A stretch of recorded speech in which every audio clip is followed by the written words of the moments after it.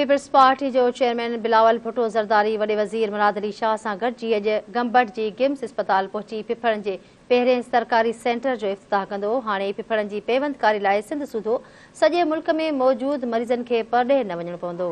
इन हवाले सां वीडियो लिंक ते मौजूद आहे गंबट मां ममताज़ मेमण। जी ममताज़। आज नाज़रीन हिन वक़्तु जेको आहे गिम्स अस्पताल में मौजूद आहियूं। मां तव्हांखे ॿुधायां त परॾेही वज़ीर ऐं पीपी चेयरमैन बिलावल भुट्टो ज़रदारी सिंध जो वॾो वज़ीर सैयद मुराद अली शाह सां गॾिजी जेको आहे अॼु हिकु ॾींहं जे दौरे ते गंबट जी गिम्स अस्पताल पहुची रहियो आहे।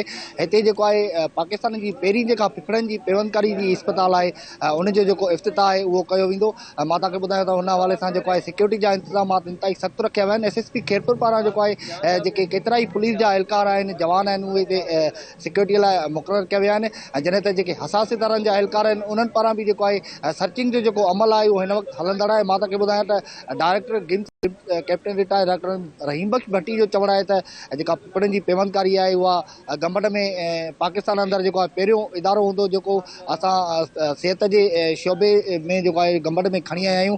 असां जेको आहे सिहत जे मैदान में हमेशह नयूं शयूं जेके आहिनि गंबट वासियुनि लाइ जेको आहे सिंध वासियुनि लाइ पाकिस्तान वासियुनि लाइ खणी ईंदा आहियूं।